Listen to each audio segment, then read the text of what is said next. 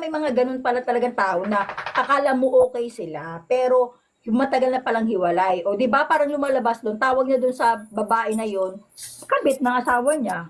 Pero, alam nga naman, ipagsiksikan mo pa yung sarili mo kung ayaw na doon sa'yo. Kahit ba sabihin mong asawa mo yun, kung ayaw na talaga sa'yo. Para lang masabing okay kayo, di ba? Parang pangit naman yung makikisama ka, sasabihin mo na okay kayo na hindi naman pala, di ba? Mas maganda naman sasabihin mo kung ano talaga yung totoo.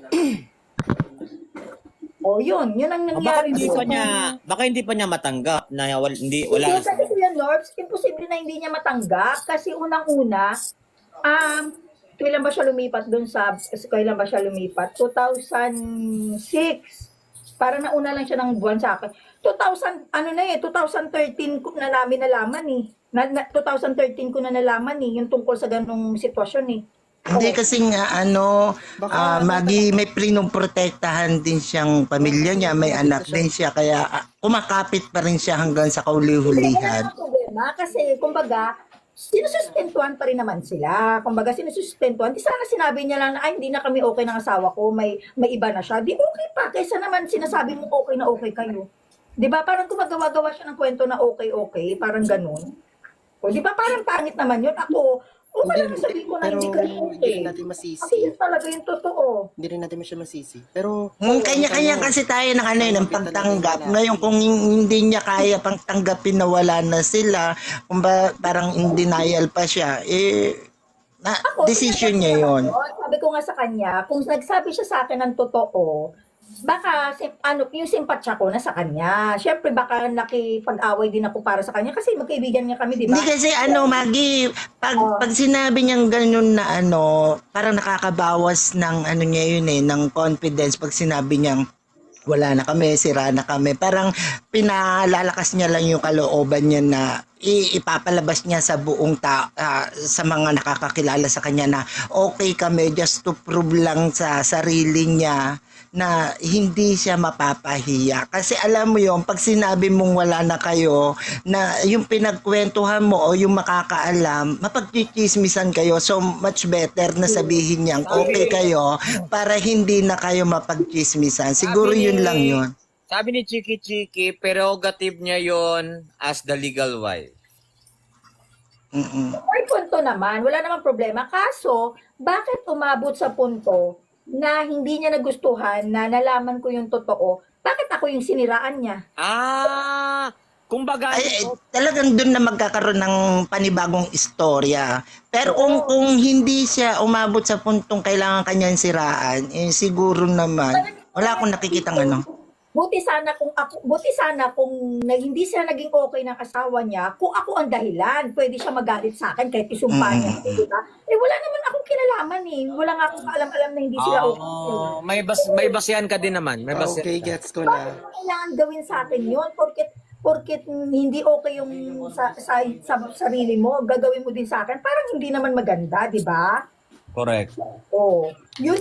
Alam mo ba, Kuya Norbs, umabot pa yan sa punto na di ba, syempre, ang pinapadala ng asawa niya sa kanya, kulang talaga sa 2 anak, kumpara naman sa akin. Kaya pag nasa-short siya, hindi niya na kailangan magsabi sa akin na mahiram sa akin. Kasi ako na mismo nag-o-offer talaga sa kanya. Na kapag umaalis kami, sinasama ko kasi yun eh. O, ano gusto mong bilhin? Sabi niya, wala pa kasi akong budget. Sabi ko, sige, hayaan mo na. Sabi ko, kunin mo na yan. Bayaran mo na lang ako pag dumating na yung budget mo. Wala namang problema dun eh. Ganun ako. Kaya nga doon ako nagtaka na, bakit kailangan umabot sa punto na ako yung sisiraan mo, samantalang wala naman akong ginawang masama sa'yo. Buti sana kung ako yung dahilan kung bakit ng babae yung asawa niya. At saka kilala ko yung asawa ng babae na hindi naman, di ba? Hi, Attorney Joris! O, yun lang, di ba? Umabot pa sa punto ng nasira yung phone niya, kinuhanan ko pa siya ng phone. Hindi ako galit. Kinuhanan ko pa talaga siya ng phone na nakapangalan sa akin. O, di ba? Ganun ako kabait. Kahit tanungin mo sila doon, mga kapitbahay ko. Sabi ni Attorney Joris, bakit galit si Ate Maggie? Tara, ice cream. At hindi ako galit.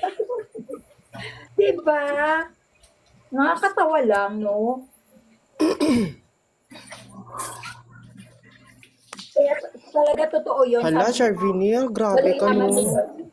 Malalaman Oo. Para sa mga bagong pasok, Beshi, alam nyo na ang gagawin nyo, alam nyo na ang tugon.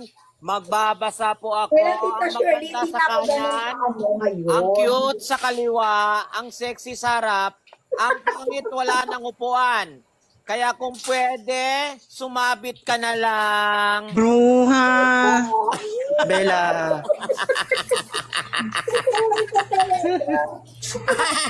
Uy, makisali naman yan sa comment section. Ano ba yan? Kami lang. Charot. Nandamay pa. Hala, tawang-tawa si Attorney Joris. Nakita ko sa comment. Tawang-tawa, oh. Pataway talaga. Grabe yung tawa, ang dami, oh. Pataway.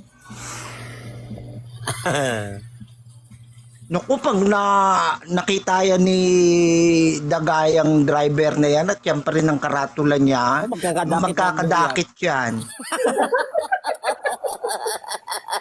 Oo nga.